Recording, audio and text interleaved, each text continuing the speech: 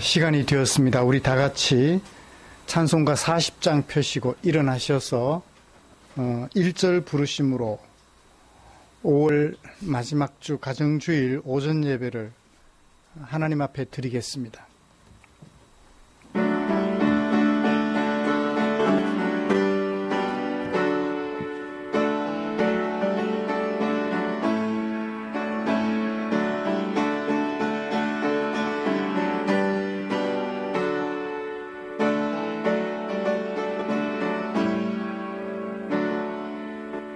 찬송으로 보답할 수 없는 큰 사랑, 주님께 영광 할렐루야.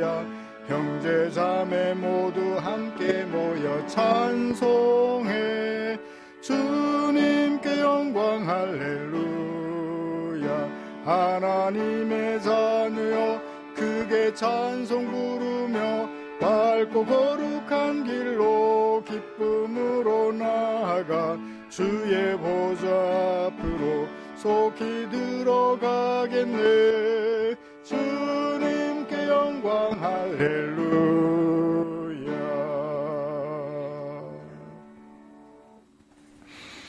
수고하고 무거운 짐진 자들아 다 내게로 오라. 내가 너희를 쉬게 하리라. 아멘.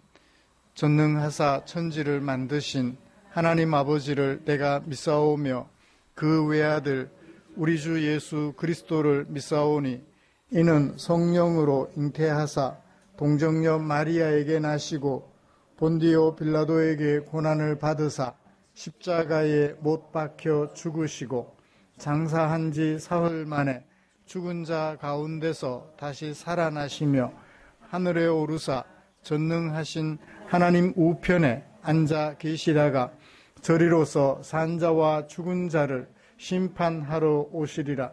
성령을 믿사오며 거룩한 공회와 성도가 서로 교통하는 것과 죄를 사하여 주시는 것과 몸이 다시 사는 것과 영원히 사는 것을 믿사옵나이다. 아멘.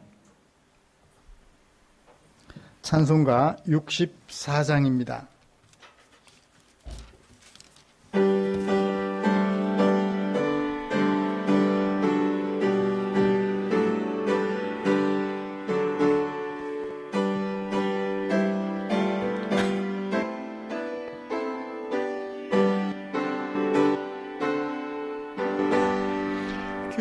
기뻐하며 경배하세 영광의 주 하나님 앞에서 우리 마음 피어나는 꽃 같아 죄와 슬픔 사라지고 거친 이 변함없는 기쁨의 주 밝은 빛을 주시네. 땅과 하늘 만물들이 주의 솜씨 빛내고 별과 천사 노래소리 끊임없이 드높아 풀과 숲과 산과 골짝 들판이나 바다나 모든 만물 주의 사랑 기뻐 찬양하여라. 우리 주는 사랑이요 복의 근원이시니 삶이 기쁜 샘이 되어 바다처럼 넘치네. 아버지의 사랑 안에 우리 모두 형제니 서로 사랑하게 도와 주시옵소서. 새벽별의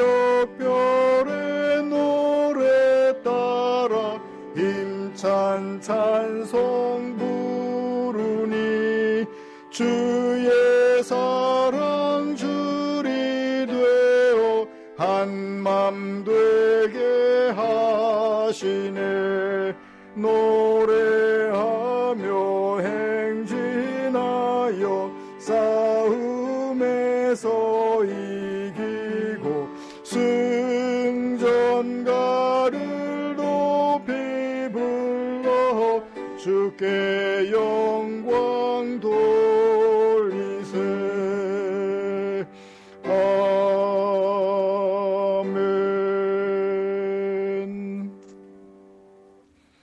교동문 12번입니다. 시편 18편 주보에 기록된 교동문 함께 교독하겠습니다.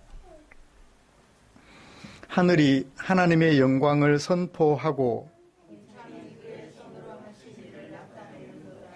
날은 날에게 말하고 밤은 밤에게 지식을 전하니 언어도 없고 말씀도 없으며 들리는 소리도 없으나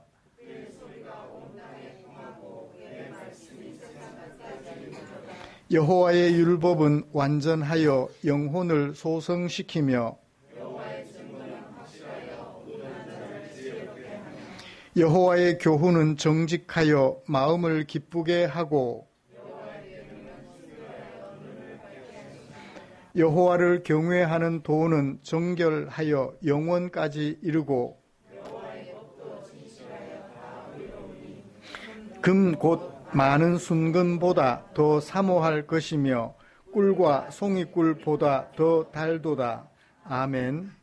자리에 앉으셔서 찬송가 559장 함께 부르시겠습니다.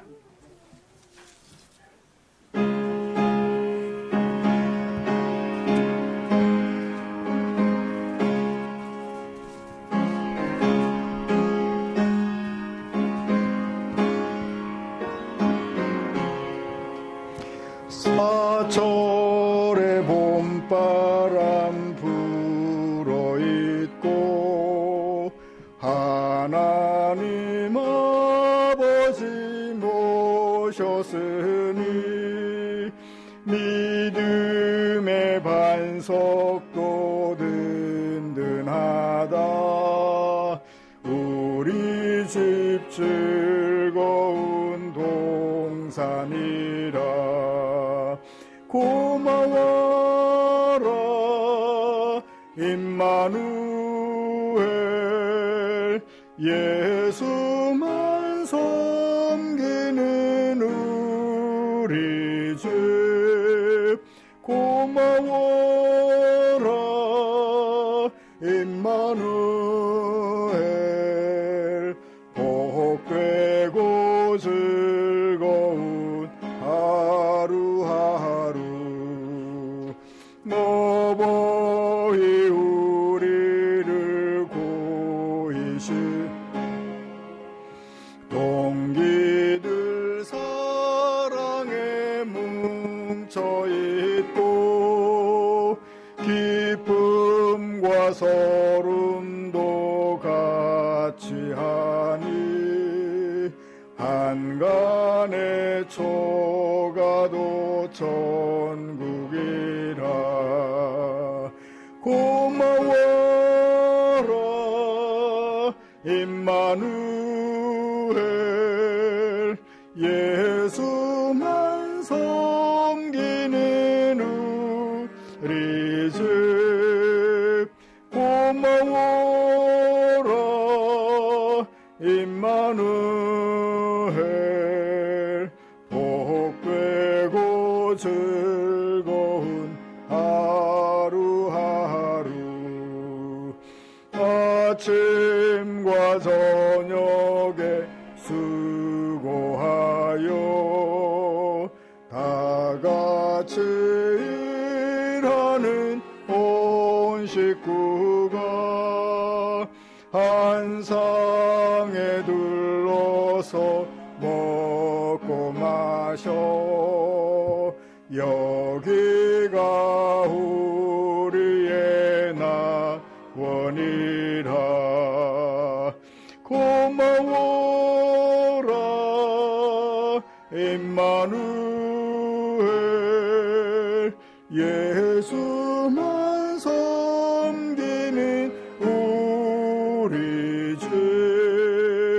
고마워라 임마누엘 복되고 즐거운 하루하루.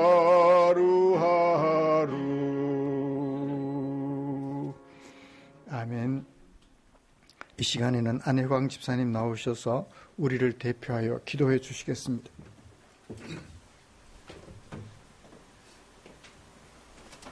사랑과 은혜가 풍성하신 하나님 아버지, 당신의 전지전능함으로 인하여 이 세상에 존재하고 또 저희가 살아감을 고백합니다. 모든 것이 하나님의 은혜인데 사람의 보잘것없는 능력과 지위와 재산으로 죄를 범하고 살고 있습니다. 예수 그리스도의 구원으로 인하여 우리가 거듭나왔는데 말씀을 사랑하지 않고 세상을 사랑하는 저를 돌아보며 오늘 밤 이 자리에 서서 회개합니다. 아버지여, 저희들의 죄를 용서하여 주시옵소서. 신령과 진정으로 드리는 예배가 되길 원합니다. 말씀을 통하여 예배가, 제사가 얼마나 어려운 것이었는지 알게 됩니다. 그 어렵고 힘들고 수천 가지, 수만 가지의 율법과 규칙과 규례대로 하지 않으면 죽을 수밖에 없는 저희들이 예수 그리스도의 이름으로 기도하고 찬양하고 예배드릴 수 있음이 얼마나 큰 축복인지 알게 됩니다. 감사드립니다. 저희들에게 하나님의 은혜와 성령을 허락하셔서 이 자리에 모여 예배드리게 하시고 가족과 함께 찬양하게 하시고 기도하게 하시니 참으로 감사드립니다. 저희들에게 허락하신 귀한 어린 생명들 하나님의 은혜와 지혜로 교육하게 하시고 세상의 지식과 세상의 지위를 위하여 달려가는 아이들이 아니라 하나님의 뜻대로 주의 백성으로 주의 일꾼으로 참되게 쓰이기를 고민하고 기도하는 저희들의 자녀들이 되기를 간절히 소원합니다. 어린아이부터 노년에 이르기까지 하나님께서 허락하신 생명이 다하는 날까지 온전히 주님께 찬양하며 기도하길 원합니다. 말씀을 사랑하게 해 주시옵소서.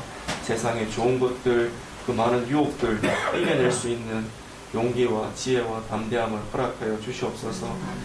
주께서 허락하신 이 자리에 목사님께서 또 말씀을 전하십니다. 그 말씀이 우리 마음 가운데 깊이 자리 잡기를 간절히 소원합니다. 함께 말씀을 묵상하고 공부하고 하나님을 더욱더 알아가고 싶은 마음이 가득하기를 간절히 소원합니다. 각 가정에 어려움이 있을 수 있습니다.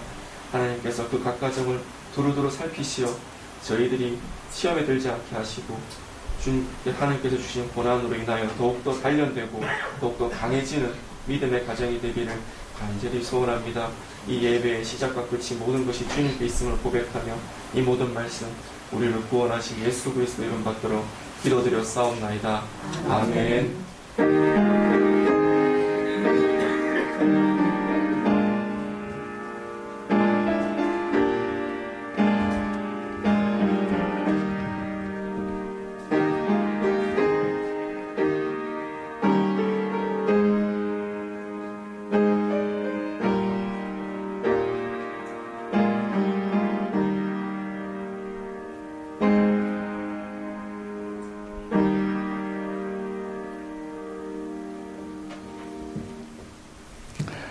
오늘 함께 묵상하고 싶은 하나님의 말씀은 구약성경 사무엘하 11장 25절부터 27절까지입니다.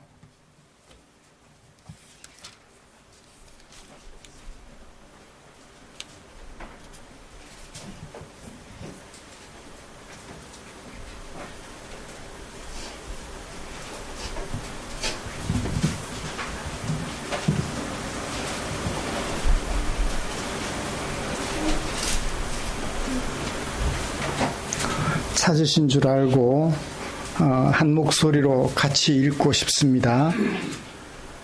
다윗이 전령에게 이르되 너는 요압에게 이같이 말하기를 이 일로 걱정하지 말라. 칼은 이 사람이나 저 사람이나 삼키느니라. 그 성을 향하여 더욱 힘써 싸워 함락시키라 하여 너는 그를 담대하게 하라 하니라. 우리아의 아내는 그 남편 우리아가 죽었음을 듣고 그의 남편을 위하여 소리내어 우니라. 그 장례를 마침에 다윗이 사람을 보내 그를 왕궁으로 데려오니 그가 그의 아내가 되어 그에게 아들을 낳으니라. 다윗이 행한 그 일이 여호와 보시기에 악하였더라. 아멘. 오늘은 안혜광 집사님 가정에서 특송을 준비해서 하나님께 영광 돌리겠습니다. 나오셔서 찬양해 주십시오.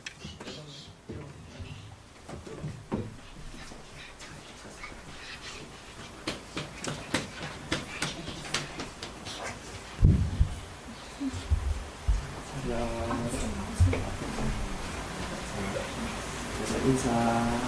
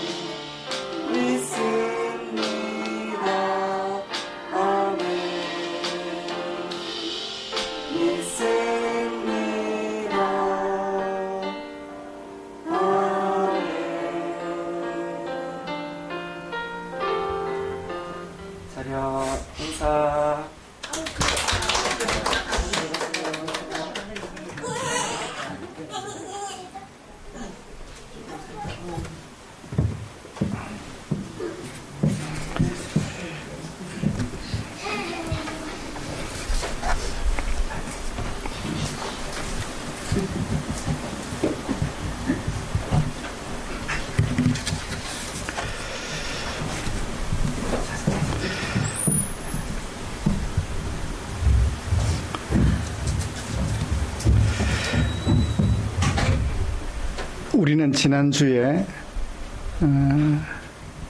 부부간의 신의를 성적 욕망 앞에서 손쉽게 무너뜨려버리는 보디발 장군의 아내의 그 음행찬란한 모습을 살펴보면서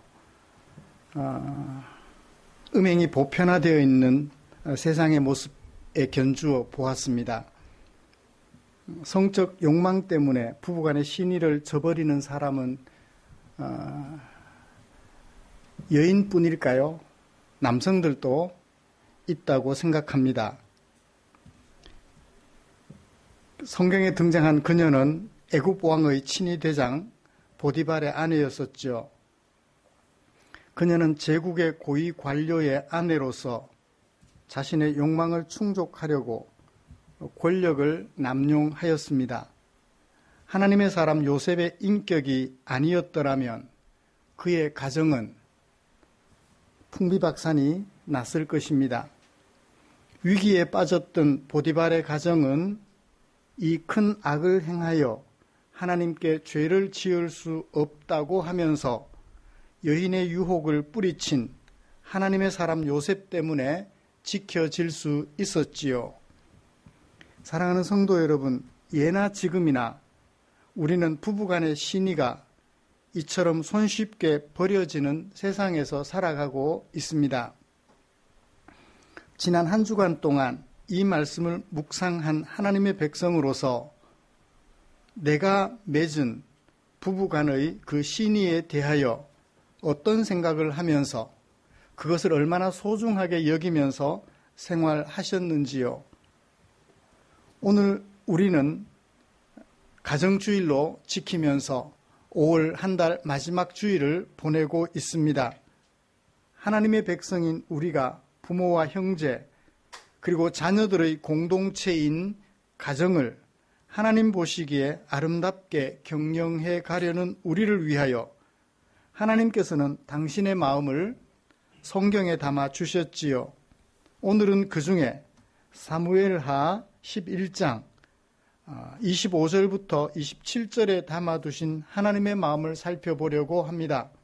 사실은 1절부터 마지막 27절까지가 하나의 통으로 된 내러티브에 의해 이 말씀 전체를 고려하면서 설교를 진행해 가려고 합니다. 먼저 우리가 함께 읽은 이 본문이 포함된 11장 전체의 서사 구조와 주제를 좀 정리해보고 이어서 설교 방향을 제시한 후에 설교를 진행하도록 하겠습니다. 사건이 시작된 배경은 다윗이 왕들이 출전하는 봄에 전쟁터에 나가지 않고 왕궁에 머물러 있던 중에 전쟁터에 나간 충신 우리아의 아내를 임신하게 하는 것이 사건의 배경이 되겠습니다. 임신하게 해놓고 나니까 이제 다윗이 사건을 전개를 시켜야 되잖아요. 어떻게 수습할 건지. 자신의 간통 사건을 덮으려는 두 가지 계획을 추진하는 것으로 사건을 시작합니다. 첫 번째 계획은 전쟁 중인 우리아를 불러들여서 그 아내와 동침하게 함으로, 자신이 임신시킨 아내와 동침하게 함으로 내 아이가 아니라 그의 아이임을 속이려고 했지요. 실패로 돌아갔습니다. 우리아의 충성스러운 마음 때문에. 13절까지 내용입니다. 실패로 돌아가자 다윗은 자신의 부정을 덮기 위하여 두 번째 계획을 추진합니다. 14절부터 15절까지. 자신의 군대 총사령관으로 삼은 요압에게 지시를 합니다. 그를 최전선에 내보내서 죽게 만들어라. 노골적으로 지시를 하게 됩니다. 요압이 다윗의 명을 받아 그 명령을 잘 수행할까요? 수행 못하면 아마 이 사건은 다르게 전개되었을 것입니다. 다행히 요압이 다윗의 명을 잘 수행하였습니다. 우리아가 성 아래 있다가 돌에 맞아 죽는 결과를 맞이하게 되지요. 우리아의 아내를 깜쪽같이 속였습니다. 우리아는 전사했다. 깜쪽같이 속였죠. 24절까지입니다. 사건은 절정에 이릅니다. 다윗이 전개했던 사건은 절정에 이릅니다. 간통 사건을 영구적으로 감쪽같이 덮어버리고 오히려 바세바를 자기 아내로 정식으로 맞아들이게 되지요. 사건은 결말에 이르게 됩니다. 이 사건을 서사 형태로 기록한 저자는 결말에 27절 하반절 다윗의 행위에 대하여 평가하는 것으로 서사가 종결이 됩니다. 하나님 보시기에 악했더라 라고 하는 것으로 결말이 나지요.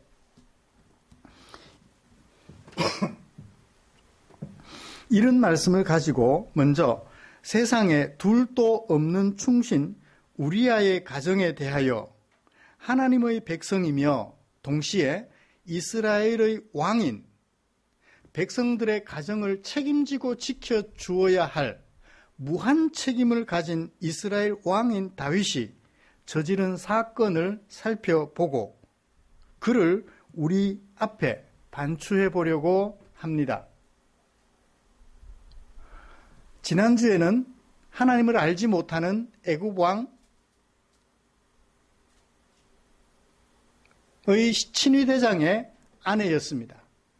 그녀는 하나님을 알지 못했기에 그러했다고 할 수 있어요. 근데 오늘 다윗은요, 하나님의 백성이잖아요. 과거 블레셋 장군 골리앗과의 싸움에서 너는 칼과 단창으로 나오지만 나는 하나님의 이름으로 나아간다고 했던 그런 다윗이잖아요. 그런 다윗이 저지른 이 사건을 살펴보면서 우리 앞에 반추해 보려고 합니다. 그리고 이어서 다윗의 행위에 대하여 저자의 평가를 기록한 27절 하반절에 집중해 보려고 합니다. 그래서 하나님의 백성들이 살아야 할 삶의 기준을 정리하면서 가정의 달을 마무리하고 우리의 가정을 어떻게 하면 건강하게 행복하게 잘 지켜갈 수 있을지 정리해 보려고 합니다. 먼저 우리아의 가정에 대하여 하나님의 백성 다윗이 저지른 사건을 좀 정리를 해보도록 하지요.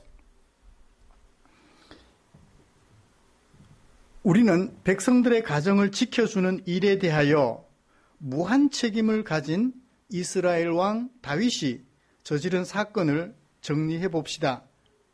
이스라엘의 왕이며 하나님의 백성인 다윗은 결론적으로 신하의 가정을 지켜주지 못했습니다.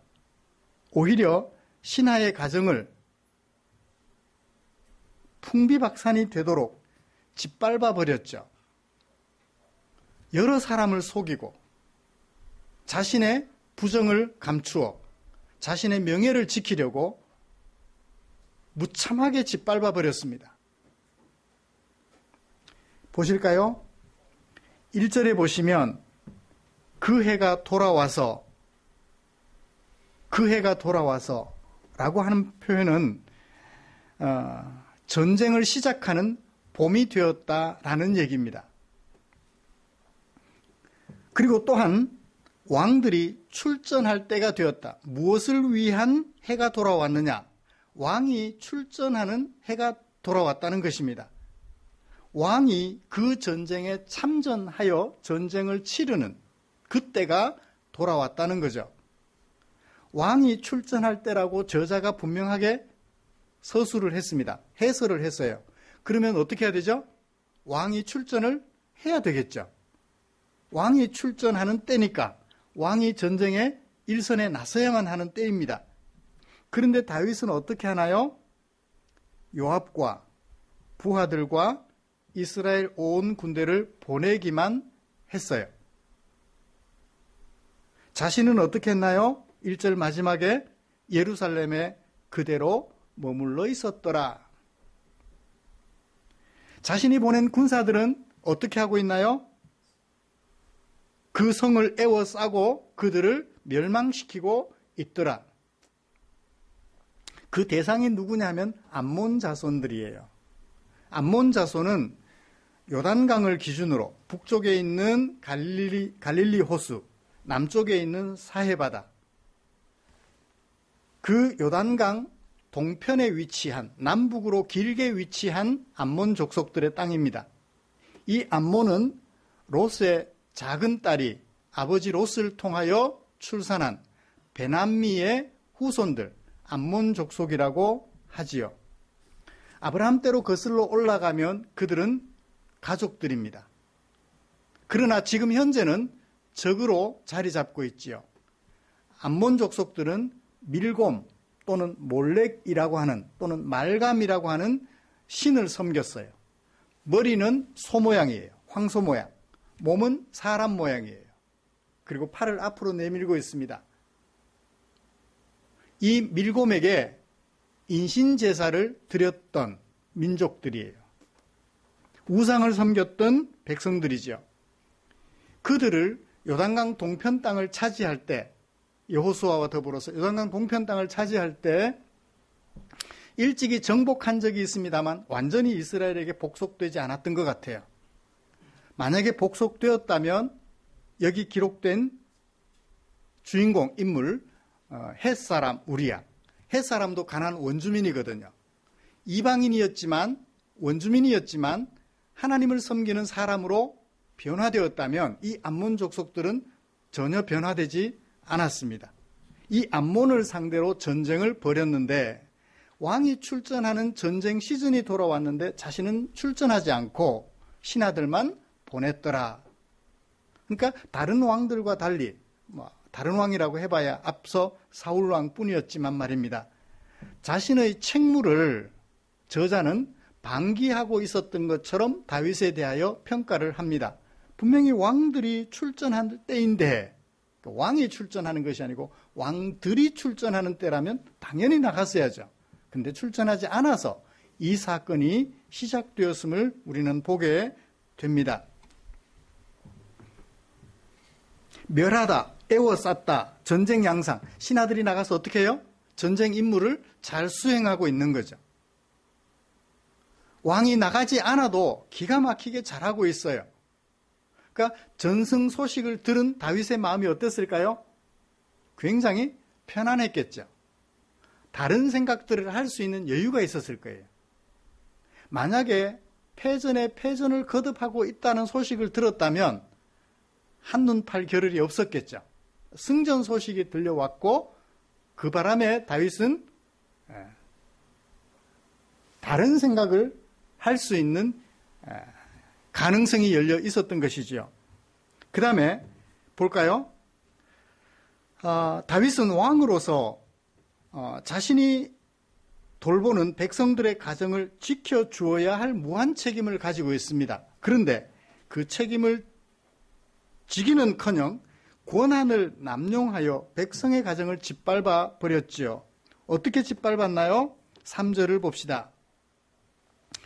우연히 옥상에 올라가서 거닐다가 이웃집에서 목욕하는 여인을 발견해요. 누구지? 하고 물었어요. 전쟁에 나간 우리아의 아내 바세바지요. 헷 사람 우리아의 아내 바세바지요. 소식 들었어요. 그랬으면 어떻게 해야 되죠? 지금 전쟁에 나가서 죽기 살기로 싸우고 있는 내 신하의 부인이구나. 딴 생각 들다가도 버리고 정신줄을 바로 잡아야 할 텐데 어떻게 하나요? 4절 다윗이 전령을 보냅니다. 여자를 데려오게 했어요. 어디로? 자신에게로. 중간에 한 과정이 개역개정은 생략되어 있습니다. 그녀가 왔어요. 원문에는 있습니다. 그녀가 왔어요. 다윗은 어떻게 했나요? 동침했어요. 어떻게 동침할 수 있었죠? 그 여자가 부정함을 깨끗하게 한 상태였기 때문에. 아마 여성의 그 독특한 시기를 말하는 것 같습니다. 그 시기를 벗어나 있었으므로 동침했다. 임신 가능 시기였다는 것을 우리는 알게 됩니다. 왜냐하면 뒤의 결과가 그 여자가 임신을 하게 되었기 때문입니다. 그래요. 자신을 위하여, 국민을 위하여 자신의 가정을 뒤로 해놓고 총칼을 들고, 총은 안 들었죠. 칼과 창을 들고 전쟁에 나가서 목숨을 걸고 싸우고 있는 그 신하의 아내인 줄 알면서도 자신의 욕망 충족을 위하여 권력을 남용하여 데려오게 했고 그리고 임신을 시키고 말았습니다. 만약에 왕이 아니었더라면 자신에게 데려오게 하는 게 가능했을까요? 그런 얘기를 하더라고요. 역사학자들이. 권력이 크면 클수록 잘못되어 법의 심판을 받을 만한 일을 많이 하게 된다고. 맞죠? 권력이 크면 큰 만큼 그 권력 행사에 오류가 생길 수 있고 그 오류가 생긴 만큼 법의 심판을 받을 확률이 높다고. 권력이 없으면 권력 행사를 하지 못함으로 심판받을 일이 적겠죠. 다윗은 왕이라는 그 권력을 겨우 자신의 성적 욕망을 충족시키는 일에 활용하고 말았습니다.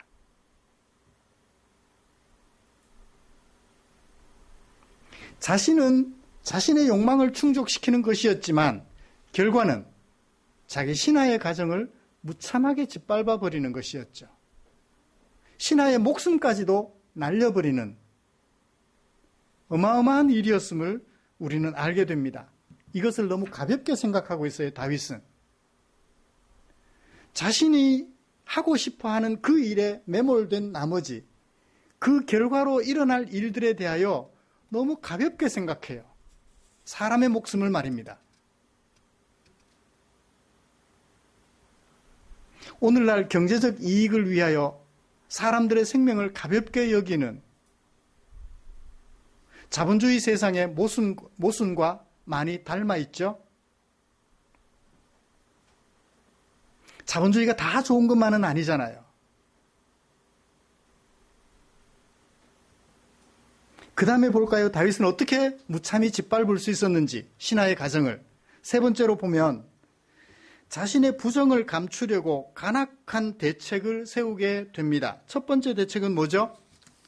우리아를 전쟁에 한참 전쟁하고 있는, 성을 에워싸고 마지막 전쟁을 하고 있는 우리아. 조금만 더 싸우면 전쟁이 끝나요. 그 우리아를 긴급하게 불러들입니다. 그리고 어떻게 하나요? 굳이 술을 먹여서 아내와 동침하도록 작전을 짜요. 굳이. 제가 좀 속된 표현을 쓸까요? 술이 떡이 된 우리아가 어떻게 되죠? 충성심에 아내에게 들어가서 아내와 함께 자기를 거부합니다. 왜요? 내 동료들은 지금 전쟁에서 목숨을 걸고 싸우고 있는데 내가 아내하고 어찌 동침할 수 있겠습니까?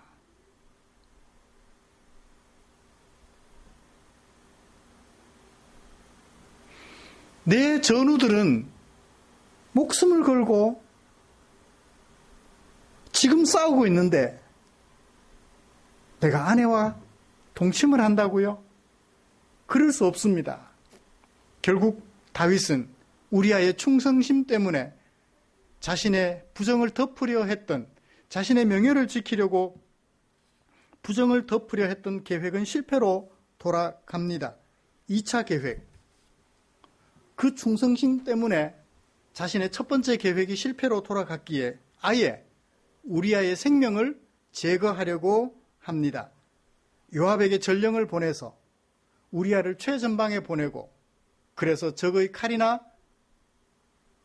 창에 맞아 죽게 계획을 꾸몄습니다. 결국 우리아와 동행하는 다윗의 부하들 몇 사람까지 죽었습니다. 몇 가정이 풍비박산 났나요? 우리아의 가정은 물론이거니와 그 죽은 다윗의 부하들의 몇 가정까지 무참하게 짓밟혔던 것을 봅니다. 다윗이 행한 일련의 일들을 정리하면서 여러분, 우리 다윗이라는 사람에 대하여 정리해 봅시다. 우리가 다윗을 향하여 손가락질을 할 수 있을까요?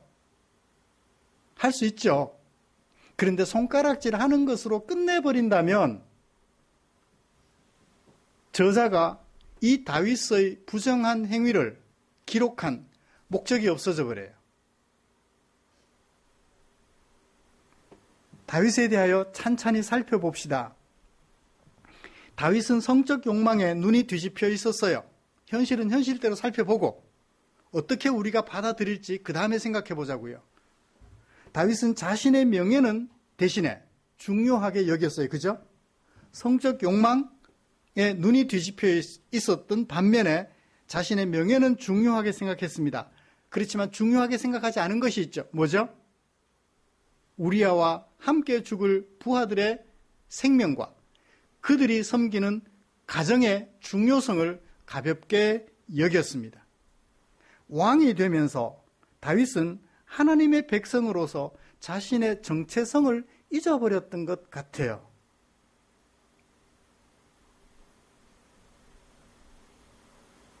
하나님의 의와 공도를 행하여 천하 만민들이 복을 받게 해야 하는 하나님의 백성이라는 정체성 말입니다. 오히려 어떻게 했나요? 법과 군대와 명령하는 권력을 이용하여 자신의 욕망을 충족시키고 있는 다윗의 모습을 보게 되죠. 그 크고 놀라운 것들을 고작 뭐 하는데? 자신의 성적 욕망 충족시키는 일에 끌어다 쓰고 있어요. 이 놀랍고 큰 것을 이 작은 일에 사용하고 있어요. 그것도 가치 있는 일이라면 이해를 할 만한데 가치 없는 일에. 근데 자신에게는 가치가 있다고 여겼겠죠. 이런 다윗을 우리 앞에 거울로 세워보자고요. 그는 하나님의 백성이었습니다. 모든 백성들에게 추앙과 사랑을 받았던 하나님의 백성이었어요. 그리고 이스라엘의 왕입니다. 우리도 하나님의 백성이에요. 이 세상에서 우리 주님 다시 오실 때까지 그리스도와 함께 뭐 할 사람들? 왕노릇할 사람들이에요. 이 세상에 대하여 왕노릇해야 하는 하나님의 백성들이라고요. 우리는 다윗같이 되지 말란 법이 있을까요? 나 자신을 믿어도 될까요?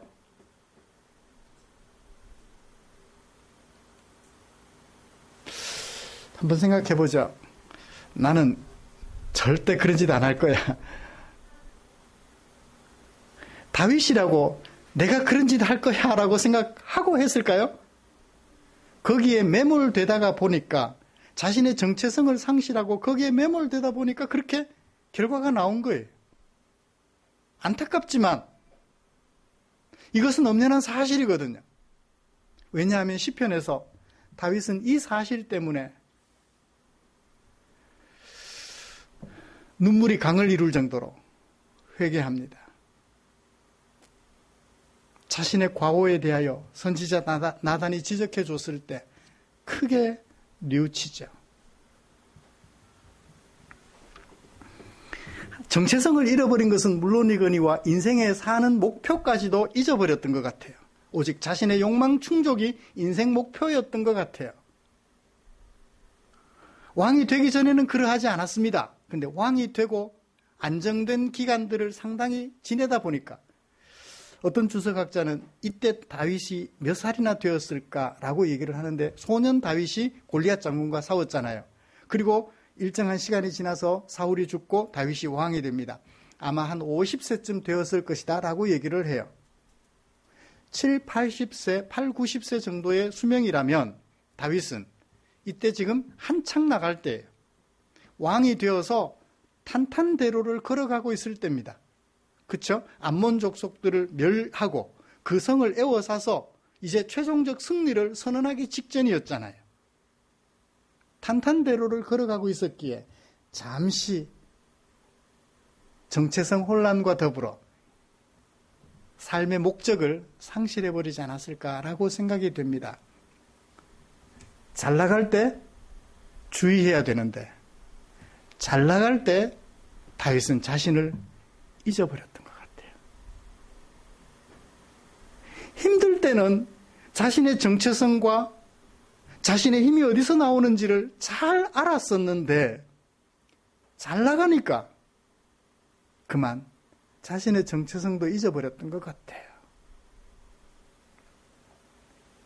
사랑하는 성도 여러분, 우리 이런 다윗을 우리 앞에 세워놓고 내 형편과 살펴보자고요. 비교해보자고요.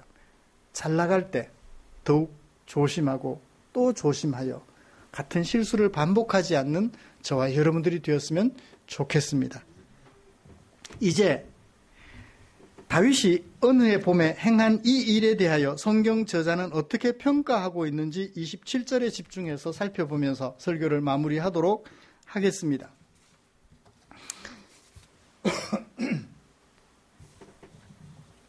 성경 저자의 생각은 곧 누구의 마음? 하나님의 마음. 왜 그렇게 생각할 수 있나요? 디모데후서 3장 16절에서 바울은 그렇게 말하죠. 모든 성경은 하나님의 감동으로 되었다.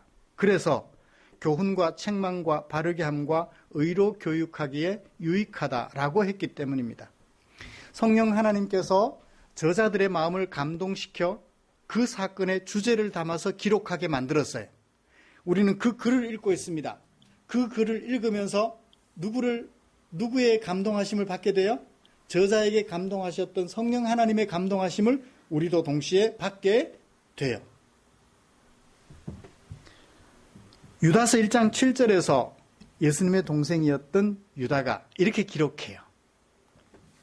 그러니까 마리아가 낳은 요셉과 결혼 상태로 낳은 아들이죠. 소돔과 고모라와 그 이웃 도시들도 그들과 같은 행동으로 음란하며 다른 육체를 따라가다가 영원한 불의 형벌을 받았다. 그래서 뭐가 되었다? 우리들에게 거울이 되었다. 구약 성경에 기록된 사건들은 오늘을 살아가는 우리들에게 뭐가 된다? 거울이 된다. 그렇게 해야 된다? 그렇게 하면 안 된다.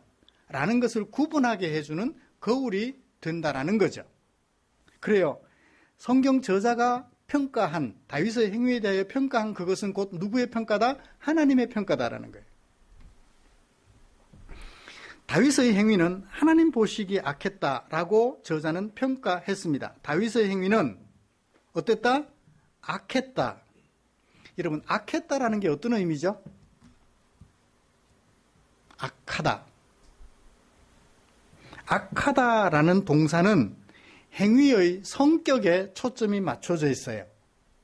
성격. 나쁜지 또는 나쁘지 않은지 판단할 때 사용되는 동사예요. 악하다. 반대말은 선하다. 악하다라는 동사는 히브리어 라라고 하는데요. 이 동사는 악함의 정도에 대하여서는 전혀 언급하지 않아요. 예를 들면 우리아의 아내 바세바를 범하는데 어느 정도로 범했다라고까지 얘기는 안 해요. 우리아를 범한 행위 자체가 나쁘다. 행위 자체에 대하여 성격을 판단해 주는 것이지 정도를 판단해 주는 것은 아니라는 것입니다. 악은 그 정도와 무관하게 악이에요. 그렇죠? 요만한 악도 악이고 이만한 악도 악이고 이만한 악도 악이죠. 우리는 이런 것은 악이 아닌 줄 알아요. 왜? 세상이 법에 대하여 기준을 정하기를 요만한 법은 벌금, 오토바이 타고 가다가 헬멧 안 쓰고 오토바이 운전하면 벌금이 3만 원인가 그렇죠? 옛날에는 그랬어요. 교통법규 위반해서 교통경찰에게 걸리면 이런 얘기 공개석 상에도 해도 되나요? 안 하겠습니다. 그죠? 벌이, 범칙금의 규모가 다르죠. 그죠? 죄의 경중에 따라서. 근데 하나님 앞에서는 죄의 경중이 있다 없다? 하나님 앞에서는 죄의 경중이 의미가 없어요. 칼빈주의 5대 교리 중에 하나가 전적 타락이에요. 전적 타락이라 그랬더니 사람들이 되게 나빠진 줄 알아요. 그때 제가 예를 들어드리는 것이 있죠. 여기 컵이 2개가 있어요. 물이 많이 담겨 있습니다. 여기 잉크 한 방울을 떨어뜨렸어요. 여기는 잉크 한 병을 쏟아 부었어요. 두 병 다 뭐라고 말해요? 우리는 이름하여 물 이름을 잉크물이죠. 한 방울이 오염돼도 오염된 거예요. 한 병이 오염돼도 오염된 거예요. 전적 타락이라 하면 이것을 전적 타락이라고 말하지 않고 이 둘 다 전적 타락이라고 말을 하는 거예요. 하나님 앞에서는 죄의 경중이 의미가 없어요. 모든 사람이 죄를 범하였음에 그랬더니 나는 그를 죽은 죄를 범한 적이 없어라고 얘기를 해요. 아니에요. 성경은 죄의 경중에 대하여는 전혀 언급하지 않습니다. 죄인이라고 말을 할 때 이만한 죄인, 요만한 죄인 구분하지 않습니다. 모두 다 죄인인 거예요. 사람은 상대평가를 통해서 나는 죄인 아니야, 나는 적어도 그런 사람은 아니야 라고 자기 위안 삼는데 도가 텄어요.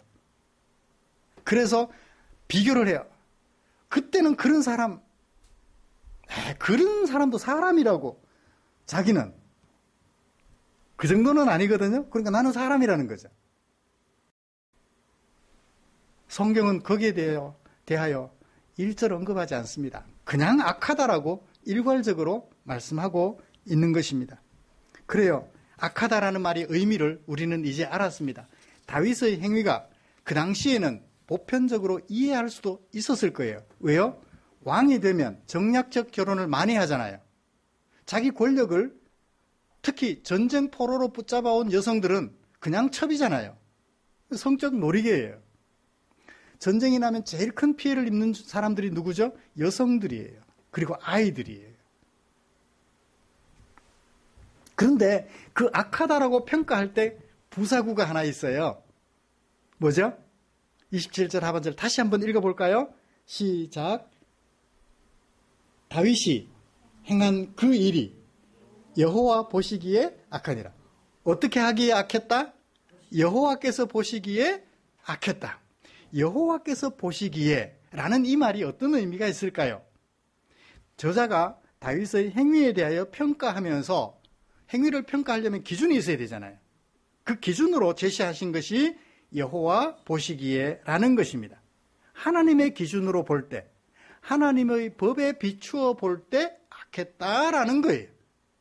이 부사구 하나를 놓쳐버리면 보편적 시각으로 다윗의 행위는 악했다라고 평가할 수밖에 없어요. 하나님 보시기에 악했다는 거예요. 하나님의 법에. 그러면 하나님의 법은 뭐죠? 결론적으로 얘기를 하면 10계명 있잖아요. 제 10번째 계명 뭔가요? 내 이웃의 아내를 탐내지 말라. 그의 소나 그의 낙이나 내 이웃의 모든 소유를 탐내지 말라. 상대방의 소유권을 존중해 주라는 얘기예요. 내 소유권이 지켜지는 것은 너의 소유권을 내가 지켜줌으로 거기서부터 시작이 되는 거예요. 너의 소유권을 존중해 주지 않으면 내 소유권 또한 존중받지 못하게 되지요.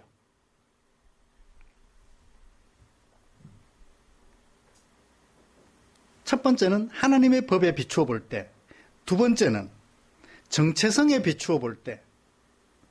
정체성이란 무슨 말이죠? 정체성. 정해져서 변하지 않는 존재의 본질.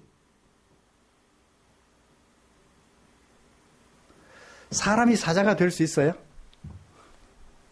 사자가 사람이 될 수 있어요? 이 정체성이에요. 사람의 정체성인 거예요. 사자의 정체성이 아니라 사람의 정체성인 거예요. 이 정체성은 정해져서 변하지 않는 존재의 본질을 말해요. 우린 사람이에요. 짐승이 아니라고요. 짐승은 어떻게 해요? 사자가 톰슨 가재를 잡아먹는데 양심의 가책을 느껴요, 안 느껴요?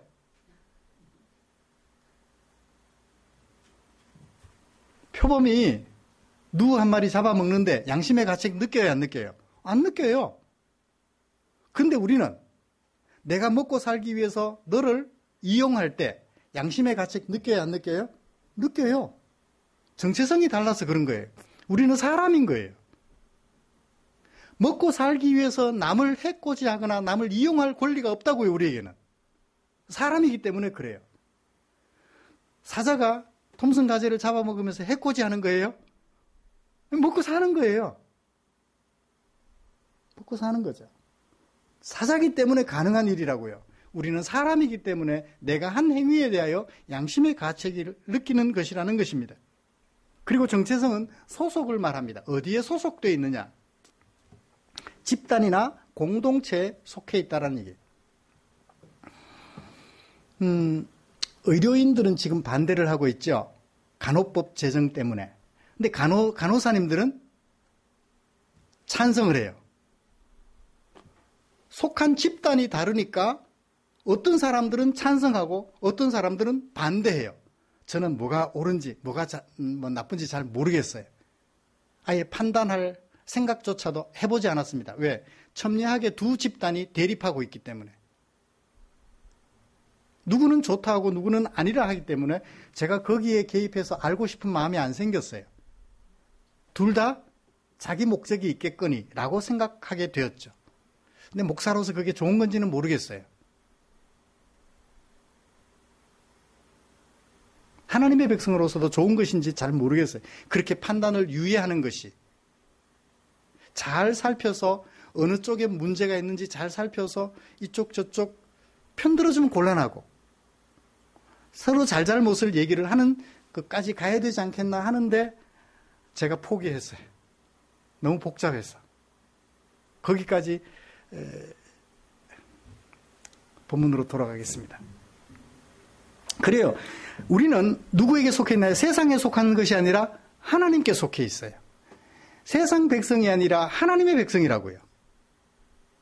대한민국의 백성이지만 하나님의 백성이 우리에게는 우선이에요. 그래서 대한민국에 살지만 대한민국의 법이 하나님의 법을 위반하면 우리는 대한민국의 법을 따르지 않습니다. 어떻게 하는 한이 있더라도 내가 사형 언도를 받는 한이 있더라도 하나님의 법을 따르지 대한민국의 법을 안 따를 수 있어야 돼요. 그게 소속이라는 거예요. 말씀을 정리하겠습니다. 다윗이 하나님의 백성으로서 지키지 못한 법은 하나님의 법이었습니다. 하나님께서 아브라함을 부르실 때 부르신 목적을 이렇게 얘기했죠. 내가 아브라함을 택했다. 뭐 하려고? 여호와의 도를 세세토록 지키게 하려고. 어떻게 해서? 의와 공도를 행함으로, 하나님의 법을 행하게 함으로, 하나님의 도가 영원토록 지켜지게 하려고, 하나님의 길이, 하나님의 계획이 영원토록 지켜지게 하려고.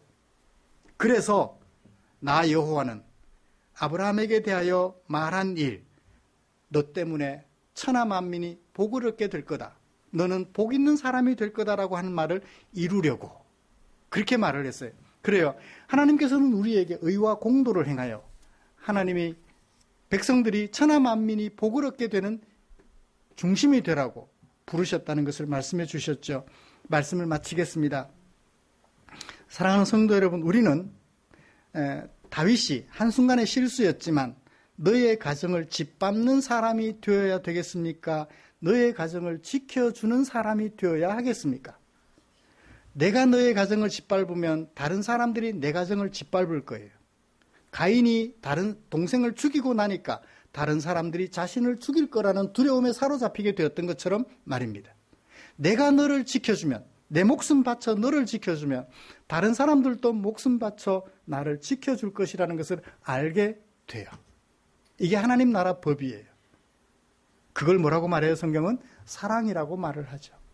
믿음, 소망, 사랑, 영혼에 정말 가치 있는데 그중에 우리에게 필요한 것은 사랑이라고 하신 이 말씀을 마음에 생각하면서 가정의 달을 마무리했으면 좋겠습니다. 나는 너의 가정을 지켜주라고 하나님께로부터 부름받은 사람이라는 이 정체성 잊지 않는 저와 여러분들이 되시기를 기대합니다.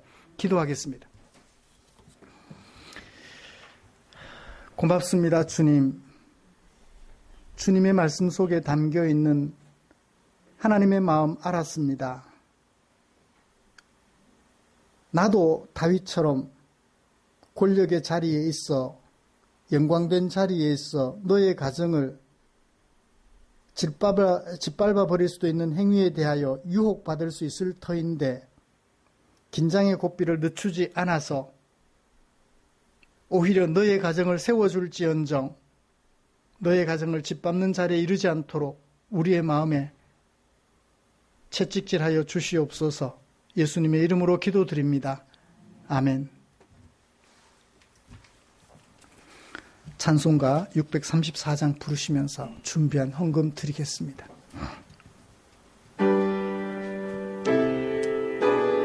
권영목 집사님. 모든 것이 주께로부터 왔으니 이 예물을 주께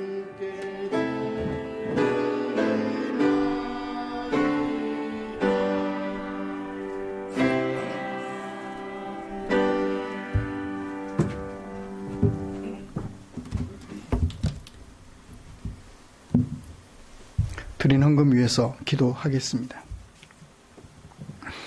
우리를 향한 당신의 사랑 마음에 겨워 한 주간 동안 나 아닌 너를 위하여 하나님께서 내게 맡겨주신 물질 헌금으로 드려야지 준비해 두었다가 주일 예배를 드리면서 헌금으로 드렸습니다. 하나님의 사랑 마음에 겨워하는 우리 사랑하는 성도들 당신의 품에 꼭 안아주시옵소서. 주님의 약속을 신뢰하고 주님의 법을 삶의 기준으로 삼아 힘쓰고 애쓰는 사랑하는 성도들 여기 있사오니 우리 주님 당신의 품에 안으시고 복내려 주시옵소서. 험한 세월 살아가는 동안 너무 힘겹지 않도록 주님이 도와주시옵소서. 주님께 기도드립니다.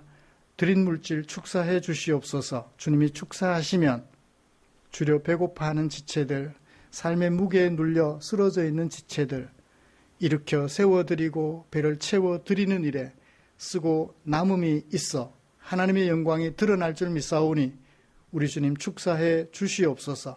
때마다 일마다 성도들의 형편을 살피시고 의와 공도의 길로 인도하여 주실 것을 기대하며 우리 구주 예수님의 이름으로 기도드리옵나이다. 아멘.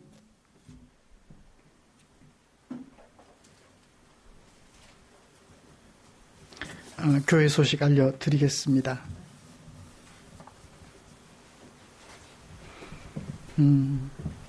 다음 주 기도 이우식 집사님이시고요. 네, 조정하겠습니다. 우리의 삶과 인격을 아름답게 하는 하나님의 말씀 묵상에 최선을 다해 주십시오. 6월달 호국보훈의 달입니다. 오늘의 우리가 있게 하려고 힘쓰고 애쓴 우리의 선조들을 기억하면서 이 나라를 의로운 나라로 지켜가는 일에 민주주의가 온전히 뿌리 내리는 그런 나라로 만들어가는 데 최선을 다해 주시면 고맙겠습니다. 다음 주에도 가정의 달이 아니더라도 가족들 중에서 특송으로 하나님께 영광 돌리고 싶다 그러신 분들이 있으면 준비해서 특송해 주시면, 특송으로 찬송해 주시면 고맙겠습니다.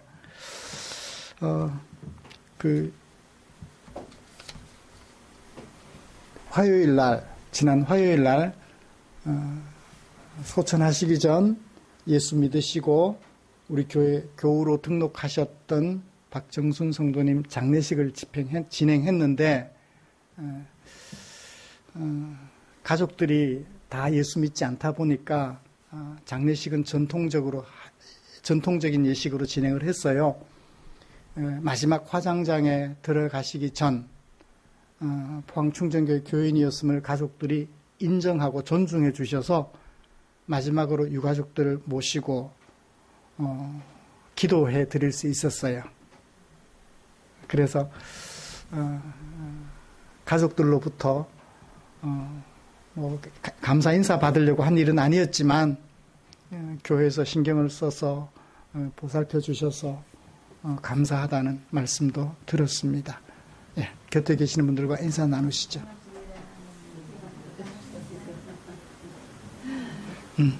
유권사님 출타하셨고 대구 주진아 집사님 가정 일이 있어서 오늘 참석하지 못했습니다. 그리고 김한희 집사님은 수술하기로 한 병원이 변경이 됐나 봐요. 이전에 갑상선이 있었을 때 치료했던 현대아산병원으로 6월 19일 날 같은 날짜에 어떻게 일정이 잡혀서 그렇게 수술하기로 되었다니까 위에서 기도해 주시면 고맙겠습니다. 찬송가 57장 펴시고 일어나셔서 찬송 부르고 축도함으로 예배를 마치겠습니다.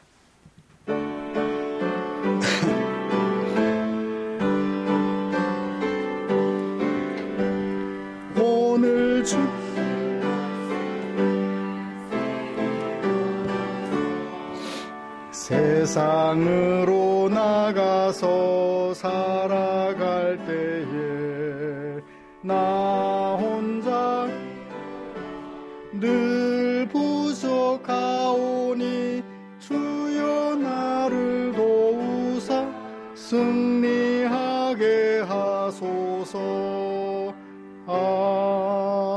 아멘. 기도하겠습니다. 우리 구주 예수 그리스도의 은혜와 하나님 아버지의 지극하신 사랑하심과 성령 하나님의 인도하시고 위로 충만 교통 격려하시는 은혜가 이제 잠시 동안이나마 하나님의 백성임을 잊어버리고 억울한 사람 만들어버렸던 다윗을 반추하여서 이제 우리도 긴장의 고삐를 늦추지 않고 정신 차려 하나님의 백성임을 기억하고 하나님이 원하시는 대로 너를 지켜 나의 생존을 도모하기로 다짐하며 너의 가정을 지켜주어 나의 가정이 보호받기를 다짐하며 예배를 마치는 모든 지체들 위해 지금부터 영원토록 함께 계시기를 축원하옵나이다. 아멘.